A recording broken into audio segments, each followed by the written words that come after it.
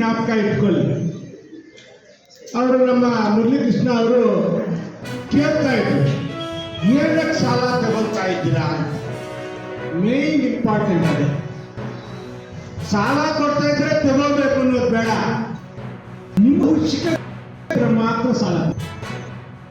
ಇಲ್ಲ ಅಂದ್ರೆ ಮುಂದಿನಲ್ಲೇ ತಲೆ ಚಿಡಿದು ಬಿಡುತ್ತೆ. ಎಲ್ಲ ಸಾಲ ತಗೊಂಡು ಮತ್ತೆ ಬ್ಯಾಂಕ್ ಅವರು, DCC ಬ್ಯಾಂಕ್ ಅವರು, SBI ಎಲ್ಲ ಬಂದಾಗ ಮನೆ ಓಡಲ್ಲ, ಇಂಟ್ರೆಸ್ಟ್ ಅನ್ಸ್ಬಿಡುತ್ತೆ.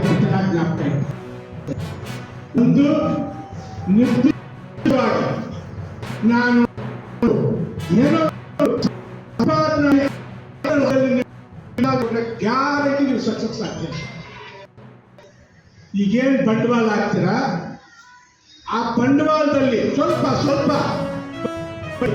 ಆ ಲಾಭದಲ್ಲಿ ಕಟ್ಟಿದ್ರೆ 100% ಸಕ್ಸಸ್ ಆಗ್ತದೆ.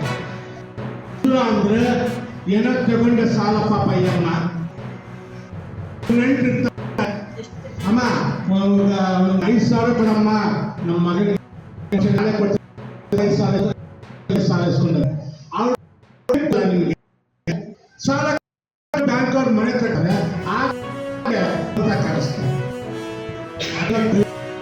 ನಾನು ವಿನಂತಿ, ನಿಮಗೆ ಅವಶ್ಯಕತೆ ಇದ್ದು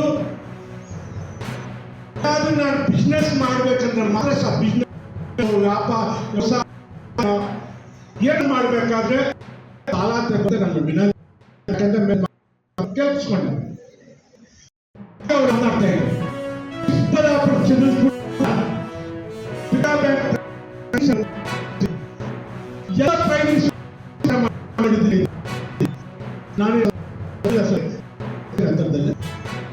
ನಾನು ಕೇಳಿದ್ದೀನಿ. ಅನಬೆ ಅಂದ್ರೆ ತೆಲುಗಲ್ಲಿ ಪುಟ್ಟಗೋಗ್ರು ಅಂತ ಅನಬೆ ಇರ್ಬೋದು. ಎಲ್ಲ ಅಂದ್ರೆ ನೀವು ಮನೆಯಲ್ಲೇ ಕೂತ್ಕೊಂಡು ನೀವು ಕಲಿಸುವ ವ್ಯಾಪಾರ ಅಲ್ಲಿ ನಿಮಗೆ ಜ್ಞಾಪಕ ಇಟ್ಕೊಳ್ಳಿ. ನೀವು ಅದೇನು ಜಾಸ್ತಿ ದಿವಸ ಇರೋದಿಲ್ಲ, ಅದು ಮ್ಯಾಕ್ಸಿಮಮ್ ಒಂದು ವಾರ 5 ದಿವಸ ನೀವು ಸಾಕಾಗ. ಜಾಸ್ತಿ ದಿವಸ ಹೋಗ್ಬೇಕಂತ ಅನಿಸ್ತೈತೆ. ಒಂದು ಮ್ಯಾಕ್ಸಿಮಮ್ ಟೈಲಿಂಗ್ ಒಳ್ಳೇದು ಹೆಣ್ಮಕ್ಳಿಗೆ, ನನಗೆ ಗೊತ್ತಿಲ್ಲ. ಒಂದು ನಮ್ಮ ಮಾಡ್ತಾ ಇದ್ದೆ ನಾನು. ಒಂದು